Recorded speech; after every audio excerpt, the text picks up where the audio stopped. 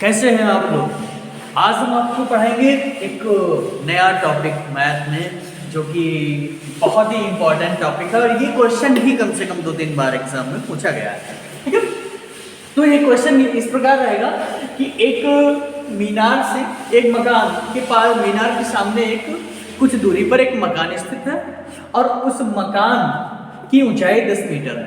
मीनार से मकान की छत देखने पर, यानी कि मीनार से मकान की छत का अवनमन कोण 45 अंश है। मीनार से मकान की तली यानी कि जमीन, फर्श का अवनमन कोण 60 अंश है। ठीक, तो कोण बेसिकली दो प्रकार से होते हैं, उन्नयन कोण और अवनमन कोण।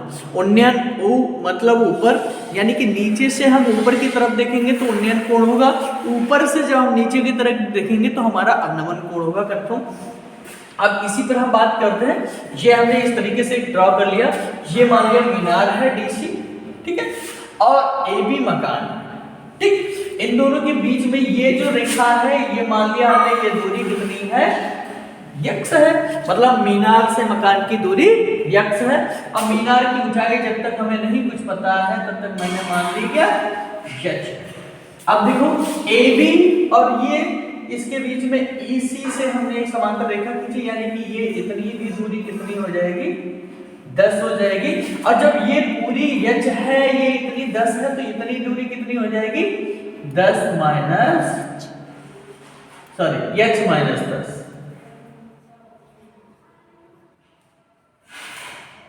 ये दूरी कितनी, h माइनस 10 हो जाएगी। अब देखेंगे ये हमारी ये FD AE BD समांतर रेखाएं हैं, तो ये देखो, यानी कि ये कोण कितना बनेगा, 45। फिर इससे भी देखते हैं, ये कितना, 60। कंफर्म। ठीक, अब हम इस सवाल को थोड़ा शॉर्ट में और जल्दी से सॉल्व करते हैं। तो सबसे पहले हल जब लिखेंगे तो हल में हम जो मान दिए रहते हैं, दिया गया है, क्या दिया गया है, मकान की ऊंचाई, मकान ब्रैकेट मकान क्या है, AB,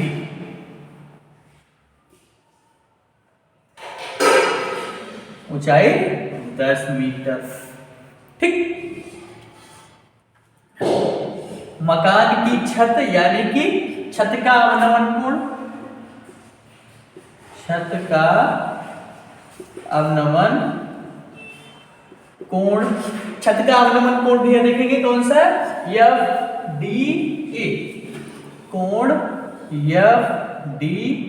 FDA बराबर कितना भैया, 45, यानी कि 45 अंश। ठीक, अब भूमि का अवनमन कोण, यानी कि भूमि का अवनमन कोण FDB, कोण FDB बराबर 60। ठीक, कंफर्म। अब जब ये 60 अंश है, अब यहां पर मान लेते हैं, चूंकि क्या,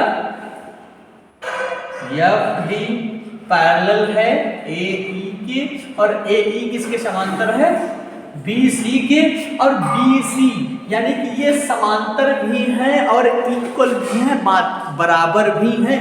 इन्हें एक तरीके से ये FD देखिए, यहाँ पर जब बराबर डिस्टेंस है, दोनों के बीच में डिस्टेंस भी बराबर है, तो ये डिस्टेंस भी इक्वल है, यानी कि इन सब का मान कितना है, मैंने मान लिया यक्स। कंफर्म। यहाँ तक आपको कोई प्रॉब्लम नहीं आनी चाहिए। ठीक, अब इसके आगे हम सॉल्व करते हैं सवाल। पहली कंडीशन हमारे कोण DAE में, या त्रिभुज DAE में, DAE में, अब देखो हमें इसमें कितनी चीजें पता है। A का मान कितना है भैया, AE बराबर भी कितनी है, यक्स, इसके बराबर ही है। ठीक है, AE कितनी है, यक्स है, और हमारा DAE कोण कितना है, कोण DAE कितना है, 45। अब बस हम फॉर्मूला लगाएंगे, tan 45। tan क्या होता है, लंब बटे आधार, ठीक है। लंब कितना है यानी कि इतने यहाँ पर है, तो हम इसके ऊपर वाले पार्ट की दूरी करेंगे, कितना है, ऊंचाई कितनी है, h माइनस 10, बेस यानी कि AE का मान कितना है, tan 45 का मान कितना होता है, 1 होता है, ठीक है। tan 45 का मान 1 होता है, h माइनस 10 अपान x को इधर भेज देंगे, x बराबर h minus 10, this is equation 1, ये हमारी समीकरण 1 हो गई, कंफर्म। अब हम दूसरे पार्ट में ये नहीं, अब इस त्रिभुज की बात करें, त्रिभुज DBC की, किसकी, त्रिभुज DBC की, त्रिभुज DBC में। अब देखो इसमें पता ही है हमें BC बराबर x है और कोण DBC का मान 60, कोई दिक्कत नहीं होगी। बस फिर से वही tan 60 बराबर इसका पूरी दूरी h है, ये h। tan 60 का मान भैया कितना होता है, √3 होता है, तो √3 बराबर h अपान x तो इधर, ठीक है। इतने में कोई प्रॉब्लम तो नहीं आ रही होगी, बस हो गया इतना। अब इसी पर यहीं पर मान लिया समीकरण दो में ऐसे पर x का मान रखने पर, समीकरण 2 में समीकरण 1 से x का मान रखने पर, समीकरण 1 में x का मान कितना है, h माइनस 10, यहाँ पे जहाँ x लिखा है वहां पर h माइनस 10 लिख देते हैं, √3 is equal to h upon h minus, कोई भी दिक्कत नहीं आने वाली है, ठीक है। अभी हम इसको इरेज करके लिखते हैं आगे का, ठीक है।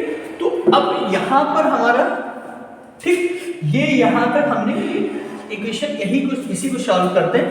अब इसकी क्रॉस मल्टीप्लाई करेंगे, √3h minus 10 is equals to h, कोई दिक्कत नहीं। इसी को सॉल्व करेंगे, √3 की उधर multiply, √3h minus 10 √3 is equals to h, कोई दिक्कत नहीं आने वाली है। अब हम h वाले यानी कि चर राशियों को एक तरफ कर देते हैं, अचर को दूसरी तरफ कर देते हैं, ठीक, कोई दिक्कत नहीं है। यही जो यहाँ पर से वैल्यू है, क्लास मल्टीप्लाई मैंने कराई, शायद वहां पर आपको दिख नहीं रहा होगा, ये √3 ब्रैकेट में h minus 10 is equal to h, ये है। इसके बाद से हम ये इक्वेशन यहाँ पर सॉल्व कर रहे हैं, ठीक, ओके। इसको सॉल्व करने के लिए अब हम बात कर रहे हैं यहाँ पर इसे, ये इधर लाया √3h, ये भी फिर प्लस का इधर आएगा, माइनस का h, ये माइनस का हो जाएगा 10 अब देखो h कॉमन ले लिया, √3 minus 1 is equal to 10 h की तो वैल्यू फाइंड करनी थी, h बराबर 10 अपान √3 माइनस 1। अब हम अपना आंसर इस तरीके से भी दे सकते हैं, और अदरवाइज हम इसे थोड़ा और ज्यादा सॉल्व कर लेते हैं, ठीक है। आगे सॉल्व कर लेते हैं। अब जब यहाँ पर इस तरीके की बैलेंस आ जाते हैं तो उन्हें सॉल्व करने के लिए यहाँ पर देखो माइनस सिंबल अगर लगा है तो हम प्लस वाला लेते हैं, गुणा करा देंगे, √3 प्लस 1, और जो जितने के नीचे उसी का सेम ऊपर √3 प्लस 1, कोई प्रॉब्लम नहीं आने वाली है आपको। अब यहाँ पर देखो a minus B, a plus B वाला मल्टीप्लिकेशन में आ गया, तो वही हम डायरेक्ट फॉर्मूला लगा देंगे, ये इधर 10 √3 प्लस 1, ये 3 का स्क्वायर √3 का स्क्वायर, एक स्टेप बढ़ाया जा रहा है, माइनस 1 का स्क्वायर, ठीक है। इसे सॉल्व करते हैं, मल्टीप्लाई कराएंगे, 10 √3 इंटू √3 प्लस 10 या अभी हम रुक जाते हैं, ऐसे रखो 10 √3 ब्रैकेट में √3 प्लस 1 अब देखो 3 का स्क्वायर 3 माइनस 8 कितना बना 2, 10 √3 प्लस 1 अपन 2 से 10 मल्टीप्लाई 5 √3 बचा कितना 5 √3 ब्रैकेट में √3 प्लस 1।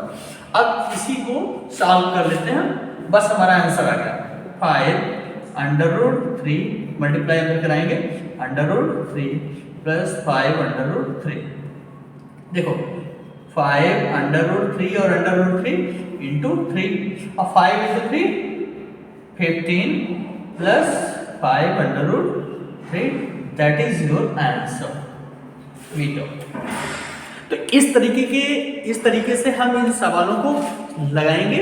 आई होप आप लोगों को ये सवाल बहुत अच्छे से समझ में आएगा। सो प्लीज़ हमारे चैनल को लाइक शेयर एंड सब्सक्राइब करना ना भूलें। धन्यवाद।